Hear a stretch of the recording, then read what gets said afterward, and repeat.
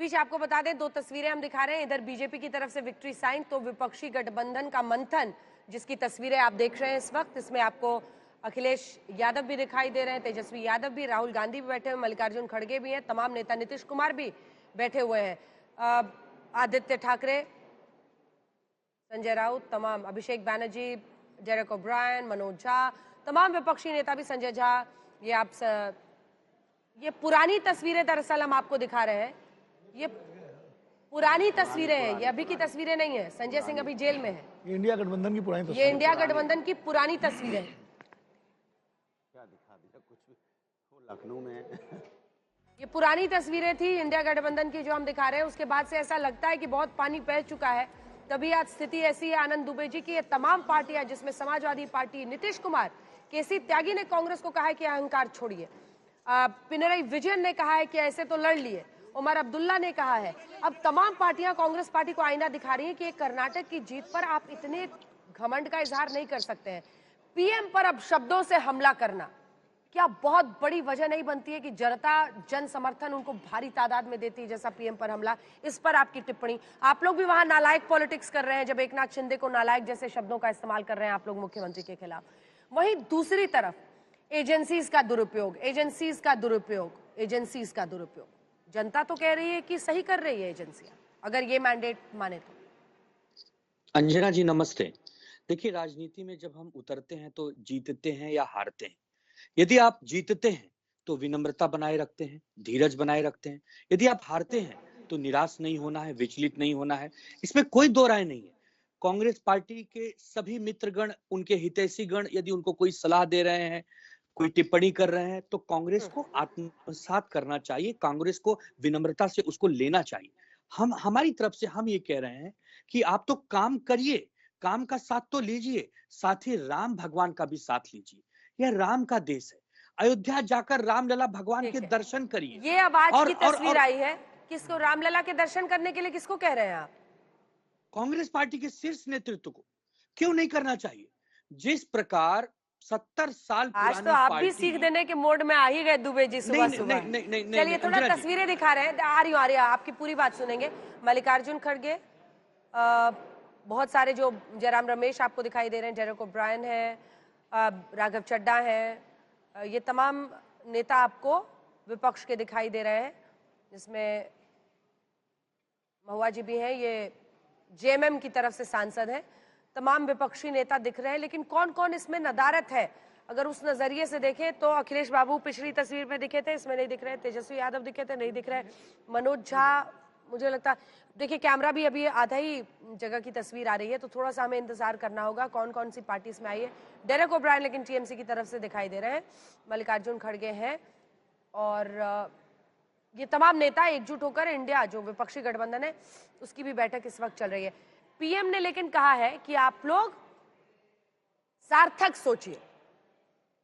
आप कह रहे हैं कि कांग्रेस पार्टी का शीर्ष नेतृत्व, मैं ये मान रही हूं कि आप मल्लिकार्जुन खड़गे नहीं, राहुल गांधी को सुझाव दे रहे हैं या सोनिया गांधी को सुझाव दे रहे हैं, उसको भी स्पष्ट कीजिएगा दुबे जी। बल्कि फर्स्ट फैमिली कह दो ज्यादा अच्छा। हाँ, बिल्कुल। आप फर्स्ट फैमिली के लिए कह रहे हैं। कांग्रेस पार्टी का शीर्ष नेतृत्व मतलब ही सोनिया गांधी जी, राहुल गांधी जी, मल्लिकार्जुन खड़गे जी, तीनों को रामलला जी का दर्शन करना चाहिए, क्योंकि यह देश राम का है अंजना जी, और राम हम सबके हैं। भारतीय जनता पार्टी राम भगवान का नाम लेती है, क्यों? हम क्यों नहीं लेते? जब सनातन को स्टालिन वहां जाकर भला बुरा कहते हैं, क्यों कांग्रेस भी आना था दुबे जी, जब चुनावी जीत और हार को बाला साहब ठाकरे की पार्टी सीधा राम मंदिर से जोड़ेगी। एकमात्र ऐसे नेता जिन्होंने खुलकर उस दिन पीठ थपथपाई थी उन लोगों की जो कि वहां पर विवादित ढांचे के गिरने के बाद उसमें शामिल हुए थे, एकमात्र ऐसे नेता थे। तमाम दिग्गजों की बात होती है, रथ यात्रा निकालने वाले भी बहुत थे, लेकिन सार्वजनिक रूप से किसी ने शाबाशी नहीं दी थी। वो तो सब पछतावे में थे। हाँ। जो रथ यात्रा निकालने वाले थे वो नहीं कर रहे थे, पछतावे में थे, लेकिन कार सेवकों की। इस बीच आपको बता दें कि विपक्ष की तरफ से विरोध के लिए विरोध का तरीका छोड़े पीएम कह रहे हैं, और वहीं विपक्ष का कहना है कि जो एथिक्स कमेटी की रिपोर्ट महुआ मोइत्रा के मामले में लीक हुई थी, उस मुद्दे को वो संसद में उठाएंगे। पीएम ने कहा है कि एकजुट होकर आप जरूर अपनी बात कहिए, लेकिन सकारात्मक सोचिए देश के लिए। जो ये नतीजे आए हैं उसका गुस्सा सदन में नहीं निकालिए, लेकिन ऐसा प्रतीत होता है कि आज जो विपक्ष मुद्दा उठा रहा है, एथिक्स कमेटी की रिपोर्ट क्यों लीक हुई, इस मुद्दे को सदन में उठाया जाएगा।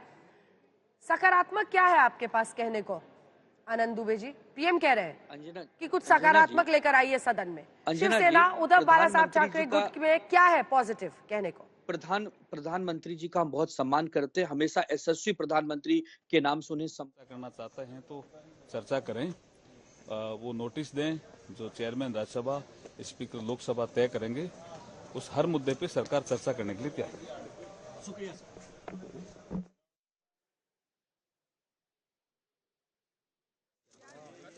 आप अर्जुन मेघवाल को सुन रहे थे और ये भी दिलचस्प है कि वो भी एक चेहरे हैं राजस्थान से जिन पर नजर है। आज देखिए दो तरफ ध्यान बटा हुआ है, एक तो ये नतीजों के बाद सीएम कौन बनेगा, और शीतकालीन सत्र जब एनडीए वर्सेस विपक्ष आप होता हुआ देश के सदन में देखेंगे। प्रेम शुक्ला जी जल्दी से एक कमेंट आपसे। दुबे जी लेकिन आप कुछ पॉजिटिव बता रहे थे, क्या है पॉजिटिव आपके पास कहने को? अंजना जी, हम प्रधानमंत्री जी का बड़ा सम्मान करते हैं, वो सकारात्मक पर बात करते हैं, तो कहां चले जाता है वो विवेक कि आप दूसरों के लिए क्या सोचते हैं? आप एक पार्टी को तोड़ देते हैं महाशक्ति बनकर, आप सीबीआई और ईडी की जांच लगा देते हैं विरोधियों को जानबूझकर फंसाने के लिए। आपसे कैसे उम्मीद करें सकारात्मक? एक सेकंड दुबे जी, अब ये आपने छेड़ा ही है तो एक बार इस पर चर्चा हो। राजस्थान वैभव गहलोत के मामला जो रिजॉर्ट वाला पूरा मामला फंसा हुआ था, उसमें ईडी ने वोटिंग के आसपास ही छापेमारी की। छत्तीसगढ़ भूपेश बघेल के खिलाफ महादेव स्कैम ऐप, ईडी ने एक के बाद एक वहां पर रेड्स की, कई लोगों को पकड़ा, कई जगहों से कैश भी बरामद हुआ। मध्य प्रदेश आइए, यहां पर भी कमलनाथ के खिलाफ हालांकि उस तरह से किसी एजेंसी को हमने हावी होते हुए नहीं देखा, लेकिन राजस्थान और छत्तीसगढ़ में बीजेपी की जबरदस्त जीत हुई है। वोटिंग के एंड तो पे एजेंसी वहां पर कर रहे थे। ये क्या बता रहा है कि ये इसको जनता रोना समझती है? नहीं अंजना जी, राजस्थान में ईडी अधिकारी कैसे नहीं, जनता क्या मान रही है? ठीक है, जनता ने आपको जिताया, इसका मतलब ये नहीं कि ये मुद्दा ओपीएस का मुद्दा खत्म हो गया। वो बोलने होगा कि अंजना जी, राजस्थान में ईडी के अधिकारी पकड़े गए पैसा लेते हुए, तमिलनाडु में ईडी के अधिकारी पकड़े गए पैसा लेते हुए, तो इसका मतलब ईडी के अधिकारियों को आप पकड़वा भी तो रहे हैं ना, जनता वही जनता पकड़वा भी रही है। ठीक है, मैं समझता हूं कि ईडी का मुद्दा इस चुनाव में नहीं चला, लेकिन ईडी और सीबीआई का जिस प्रकार दुरुपयोग होता है, खास करके पीएमओ से, यही पॉजिटिव है आपके पास प्रधानमंत्री नहीं, मैंने तो जनता के बिहाफ पे आपसे पूछा 40% कि इस सदन में पॉजिटिव क्या है, क्या पॉजिटिव लेकर आ रही है आपकी पार्टी? आप रोजगार मांगना पॉजिटिव नहीं समझते? आप बेरोजगारी पर बात करना पॉजिटिव नहीं समझते? महंगाई पर बात करना पॉजिटिव नहीं समझते? कि सारे नौजवानों की बात करना पॉजिटिव नहीं समझते? किसे कहें पॉजिटिव? ठीक है, आप जीते हैं, आपका स्वागत है, लेकिन आप इतने अहंकार में कैसे आ सकते हैं? पूछिए जी। अंजना जी, सचिन वाझे जो है शिवसैनिक थे और उनको पुलिस फोर्स में उद्धव ठाकरे जी ले आए थे और अंबानी के घर पे जो है बारूद रखते हुए पकड़े गए। तो क्या उद्धव ठाकरे वसूली करना चाहते थे अंबानी से? ये कहना चाह रहे हैं आप? ईडी के अधिकारियों की गिरफ्तारी का अगर दोष आप जो है अगर मोदी जी की सरकार को दे रहे हैं, तो इसका मतलब उद्धव ठाकरे अंबानी जी के यहाँ बारूद रखवा रहे थे, जबकि सचिन वाझे और उद्धव ठाकरे की करीबियां हर कोई जानता है, मैं प्रत्यक्षदर्शी हूं किस तरह से सचिन वाझे जो है उद्धव ठाकरे के लिए व्यक्तिगत काम किया करते थे। इसका मैं स्वयं प्रत्यक्षदर्शी हूं आनंद दुबे जी, किसी और जब सचिन वाझे को जेल में डाला गया, तो क्या श्रीमान उद्धव ठाकरे मुकेश अंबानी की हत्या का षड्यंत्र रख रहे थे? उसके बाद भी असेंबली में उनके समर्थन में खड़े थे आपके उद्धव ठाकरे। असेंबली में सचिन वाझे के समर्थन में उद्धव ठाकरे का वक्तव्य है उनकी गिरफ्तारी के बाद, आप रिकॉर्ड निकाल के चेक कर लीजिए। जानकारी के लिए बता दूं प्रेम भाई, आपकी जानकारी के लिए बता दूं कि सचिन वाझे को जेल में जब डाला गया तो आदरणीय मुख्यमंत्री उद्धव ठाकरे जी थे, मोदी जी नहीं थे, देवेंद्र जी नहीं थे। आप ये भी तो देखिए कि अगर कोई गलत पार्लियामेंट पर आते हैं, पार्लियामेंट पर आते हैं, कमेंट आपसे पार्लियामेंट पे आते हैं। पीएम कह रहे पॉजिटिव हो, धीरेन जी क्या पॉजिटिव? ये सबसे पहले तो ये आनंद जी की बात का और ये अनुराग जी बोल रहे थे, मुझे तो लगता है कि ये फ्यूज लोगों का पूरा कंफ्यूज है, झुंड है या गठबंधन कहें या प्रबंधन कहें। एक हार हुई जबकि मुद्दे साथ में सभी लोगों ने तय किए थे, मुद्दे कोई अलग से नहीं तय हुए थे, उसी मुंबई और बेंगलोर की बैठक में हो, चाहे जाति सर्वे का मामला हो, सनातन का को उल्टा सीधा कहने की बात हो, आरक्षण का बात हो, अडानी जी को गाली देने की बात हो, सीबीईडी ईडी के दुरुपयोग का मामला हो, लेकिन एक चुनाव में अगर शिकस्त मिली है तो लगे दनादन आके टीवी पे बोलने और ट्वीट करने कि भाई ये कांग्रेस के अहंकारी है। अगर हम घमंडिया बोल दे तो लोगों को तकलीफ होती है, लेकिन ये लोग खुद घमंडिया कह रहे हैं। तो इसीलिए मैं कह रहा हूं कि ये टोटली कंफ्यूज लोग हैं और अब इन लोगों के पास पॉजिटिविटी कह रहे हैं कि आक्रामकता के साथ, ये खुद संक्रमित लोग हैं। ठीक है, जल्दी से विनोद जी से कमेंट, फिर आपसे पूछूंगी पॉजिटिव क्या आपकी पार्टी बताएगी, उसका जवाब तैयार रखिएगा। विनोद जी, पीएम ने आज ये भी कहा कि सत्ता के विरोध कोई लहर नहीं है। ये 3 राज्यों के नतीजे तो बता रहे हैं, मतलब अगर हम एरिया वाइज देखें तो राजस्थान सबसे बड़ा राज्य है, उसके लोकसभा सीट जरूर यूपी में है, उसके बाद नंबर 2 पर मध्य प्रदेश आता है, लेकिन ये 3 राज्य तो बता रहे हैं ना कि पीएम पर भरोसा है, मोदी के चेहरे पर भरोसा है।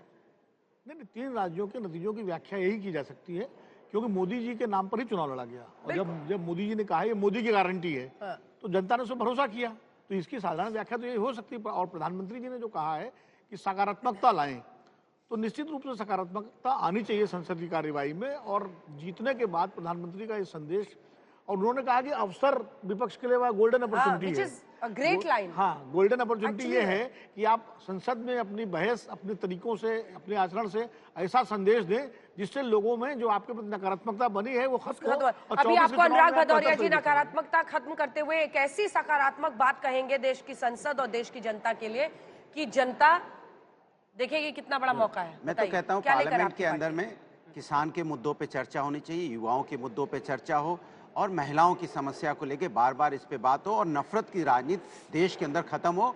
अग्निवीर जिनको आपने 5 साल 4 साल के लिए नौकरी पे रखा है उनके बारे में भी चर्चा होनी चाहिए और चर्चा होनी चाहिए ओपीएस के बारे में। देखिए महिला शक्ति दिख रही है। हाँ, देखिए आप महिला शक्ति, और एमपी हो, राजस्थान हो, माना जा रहा है बढ़ चढ़कर छत्तीसगढ़ महातारी स्कीम की वजह से महिलाओं ने बढ़ चढ़कर वोट दिया।